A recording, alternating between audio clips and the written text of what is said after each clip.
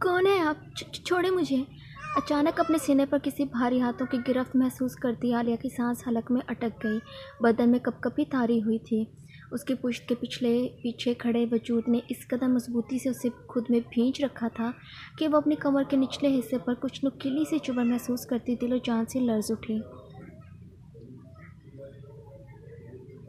مزید ایسے ناولز کے لیے ہمارے چینل کو سبسکرائب کریں۔ شکریہ۔ گاڑی گیٹ کے اندر لے جائے وہ کار پورچ میں روک دی۔ اس سے باہر نکل کر گھر کے اندر داخل ہوئی تھی۔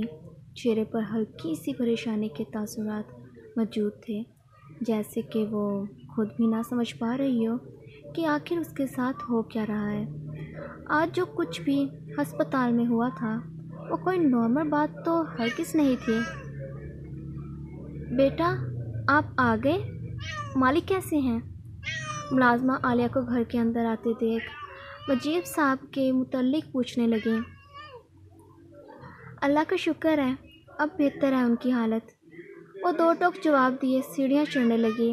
دماغ ڈھیروں پریشانی کے زیر اثر تھا۔ بیٹا میں کھانا لگا دوں؟ مجید صاحب کو اگر پتہ چلا کہ میں نے آپ کی خدمت میں کمی رکھی ہے تو بہت ناراض ہوں گے مجھ سے۔ ملازمہ جانتی تھی عالیہ کا موڈ آف ہے، وہ کھانا کھانے سے انکار کر دے گی، تبھی پیار سے سمجھانے لگی۔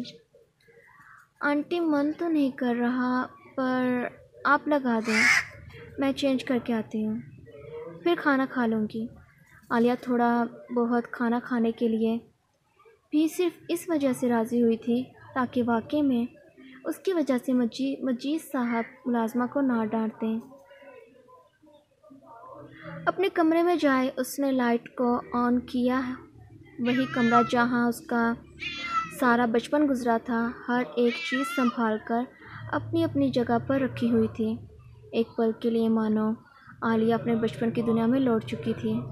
وہی چھوٹا سا بیڈ جہاں یقیناً اگر اب عالیہ لیٹے گی تو پاؤں بیڈ سے باہر نکلیں گے، چونکہ اب اس کا قد بھی تھوڑا لمبا ہو چکا تھا۔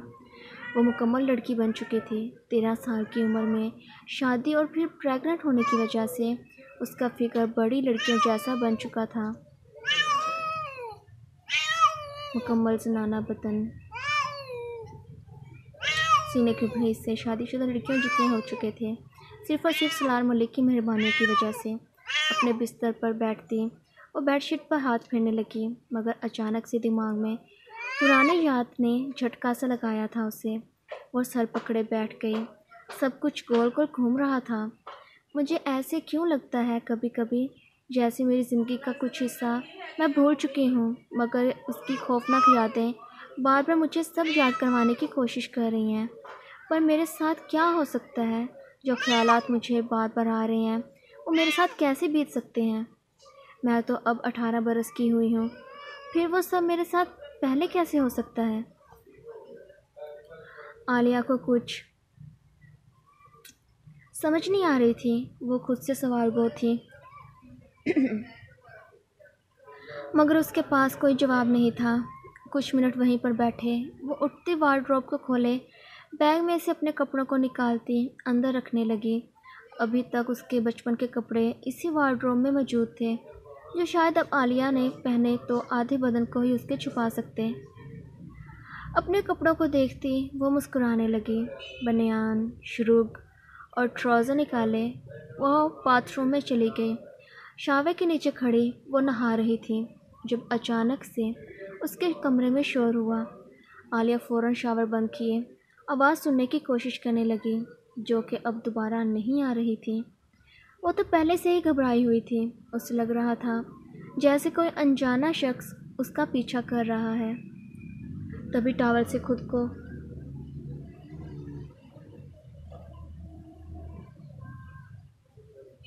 صاف کرتی وہ ٹراؤزر اور بنیان کو پہنے باتھ روم سے باہر نکلی، مگر ابھی باتھ روم کا دروازہ کھولا ہی تھا اس نے جب کمرے کو اندھیرے میں ڈوبے دیکھ مانو اس کی جان حلق میں اٹک گئی ہو۔ یہ لائٹ کس نے بند کی؟ عالیہ یہاں پر بھی چلانا شروع کر دیتی اگر باتھ روم کا بلب بند ہوتا تو باتھ روم سے آ رہی روشنی کی وجہ سے اسے تھوڑا حوصلہ مل رہا تھا۔ نہ جانے کیوں مگر اندھیرے سے شدید ڈر لگنے لگا تھا اسے۔ وہ لڑکی جو چھوٹی سی ہونے کے باوجود بہت بہادر ہوا کرتی تھی، سلار ملک کی وجہ سے بہت بدل گئی تھی۔ عالیہ کچھ نہیں ہوا، سب ٹھیک ہے، بس مجھے وہاں دیوار کے پاس جا کر بٹن کو ہی تو دبانا ہے، پھر سے روشنی آ جائے گی۔ خود کو حوصلہ دینے کی کوشش کرتی وہ بس کمرے کے دروازے کے پاس دیوار پر لگے بورڈ کے قریب جانے کے لیے خود کو تیار کر رہی تھی۔ ایک لمبی سانس لیے اس نے ایک قدم آگے بڑھائے۔ باتھ کا دروازہ جو سہارا دینے سے ہی کھلا رہتا تھا ورنہ ویسے بند ہو جایا کرتا تھا۔ اب کی مرتبہ بھی عالیہ ابھی چند قدم ہی آگے بڑھی تھی جب دروازہ ٹھک سے بند ہو گیا اور پورا کمرہ مکمل اندھیرے میں ڈوب گیا۔ اچانک اتنا زیادہ اندھیرا دیکھتی عالیہ کی سانس رکنے والی ہو گئی۔ پھر سے اس پر خوف طاری ہونے لگا تھا۔ وہ زور سے حلقے بھر چلا کر ملازمہ کو آواز لگانے ہی والی تھی جب اچانک سے اس کے بالکل پیچھے سے کسی انجان شخص نے اسے دبوچ لیا۔ اپنی سخت بازو کی گرفت عالیہ کے نرم پیٹ کے گرد لپیٹتا وہ اسے اپنی باہوں کے اثار میں جکڑ چکا تھا۔ وہی دوسرا ہاتھ عالیہ کے منہ پر رکھتا وہ اسے چلانے سے بھی روک گیا۔ عالیہ کی چیخ گلے میں ہی دم توڑ چکی تھی۔ وہ مکمل ساکت سی رہ گئی۔ آخر اس کے کمرے میں اس وقت کون آ چکا تھا جس نے اس قدر مضبوطی سے اسے دبوچا ہوا تھا؟ کس کی تھی اتنی ہمت جو اس قدر بے باکی سے اسے چھو سکتا تھا؟ عالیہ کے نرم و ملائم ہونٹوں پر اپنا ہاتھ رکھے ہونے کی وجہ سے وہ محسوس کر پا رہا تھا ان نرم ہونٹوں کو چھونے کی طلب مزید بڑھ چکی تھی اس کی۔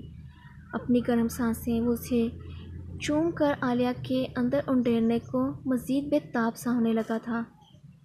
عالیہ نے اس وقت میرون کلر کی بنیان پہنی ہوئی تھی جس کے کاندھے پر چھوٹے چھوٹے باریک سٹیپ ہونے کی وجہ سے اس کے کاندھے آدھے سے زیادہ عیاں ہو رہے تھے، جن کے ساتھ اپنی ناک کو رگڑتا ہوا وہ شخص ایک لمبی سانس لیے عالیہ کے بدن کی خوشبو اپنی سانسوں میں اتارنے لگا۔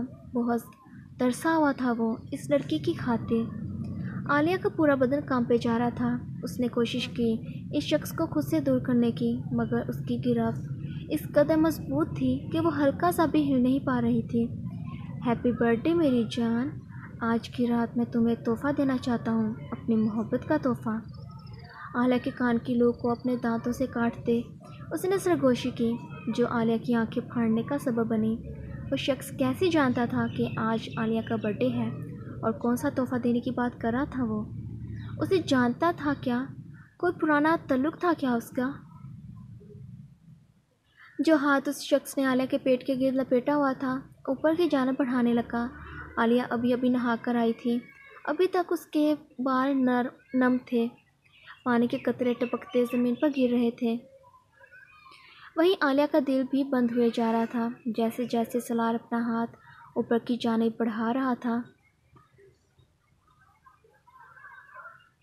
وہ ان دو چٹانوں کو چھونے والا تھا جہاں تک آج تک عالیہ نے بھی خود کو نہیں چھوا تھا۔ اپنا ہاتھ وہ بنیان کے اوپر سے ہی اس کے سینے کے نشیب و فراز کو چھوتا ہوا سختی سے دبا گیا۔ عالیہ کی جان نکل گئی، پورا بدن لرز اٹھا تھا اس کا۔ تم پر، تمہارے وجود پر صرف اور صرف میرا حق ہے۔ بہت تڑپا ہے تمہارا دیوانہ۔ 5 سال تک ہر روز تمہیں یاد کیے خود کو تسکین دلوانے کی ناممکن کوششیں کی ہیں میں نے۔ سلگتی راتوں کو تمہیں تصور کیے خود کو سکون پہنچایا ہے میں نے، اور میں یہ حق تمہیں بھی نہیں دیتا جو تم خود کو خود بھی چھو سکو۔ تمہارے بدن کے ہر اہم حصے پر حق صرف اور صرف میرا ہے، جس کا مالک صرف میں ہوں۔ عالیہ کے سینے کی گہرائیوں کو دباتا ہوا وہ خود اپنے پینٹ کی زپ والا حصہ عالیہ کی کمر کے نچلے وجود کے ساتھ چھوٹتے ہوئے رگڑنے لگا۔ اس کی چبھن محسوس کیے عالیہ کی جان لبوں پر آ ٹھہری تھی۔ پہلی دفعہ اس نے یہ لمس محسوس کیا تھا۔ یہ عجیب سا احساس اس کے دل کو سہما چکا تھا۔ نہ جانے کون تھا وہ شخص جس کے اس قدر قریب آ کر اس کے بدن سے لذت حاصل کرنے کا ارادہ رکھتا تھا۔ عالیہ ایسی سخت چیز کی چبھن محسوس کرتی اپنی جگہ سے اچھل پڑی۔ اسے اپنی ٹانگوں سے جان جاتی محسوس ہو رہی تھی۔ سلار کا دیوانہ پن اس قدر اس پر حاوی ہو گیا جو عالیہ کو کاندھوں سے پکڑے اس کا رخ پلٹتا، چہرہ اپنی جانب کیے عالیہ کے ہونٹوں پر قابض ہو گیا۔ جو جذبات کب سے اس نے اپنے اندر دبائے ہوئے تھے عالیہ کو دیکھ قابو میں رہ پانے مشکل ہو گئے۔ عالیہ اس بے رحم شخص کے کاندھوں کو اپنے ہاتھ کی مٹھی میں دبوچتی پرے دھکیلنے کی کوشش کرنے لگی۔ اپنے لبوں کے ساتھ کسی اور شخص کے سلگتے ہونٹوں کا جڑنا اس کی سانس روک رہا تھا۔ وہ پہلے ہی شدید خوف زدہ تھی، اب حالت مزید بگڑنے لگی۔ بنیان کو ہاتھ سے پکڑے سلار اوپر اٹھانے لگا۔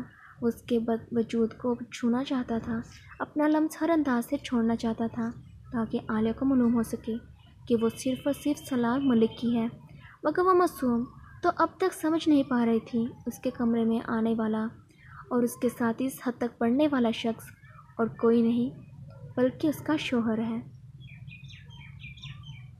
سوری پلیز میرے پیارے پیارے ریڈرز، مجھے معاف کر دیں، آج میں ایپیسوڈ نہ لکھ سکی۔ ایکچولی میں لانگ ایپیسوڈ دینا چاہتی ہوں اور آج لانگ ایپیسوڈ لکھ پانا تھوڑا مشکل تھا، لیکن انشاءاللہ صبح بہت زیادہ لانگ ایپیسوڈ آپ کو دے دوں گی۔ لیکن آج ایک سنیک پیک سے ہی آپ گزارا کر لیں، پلیز پلیز پلیز۔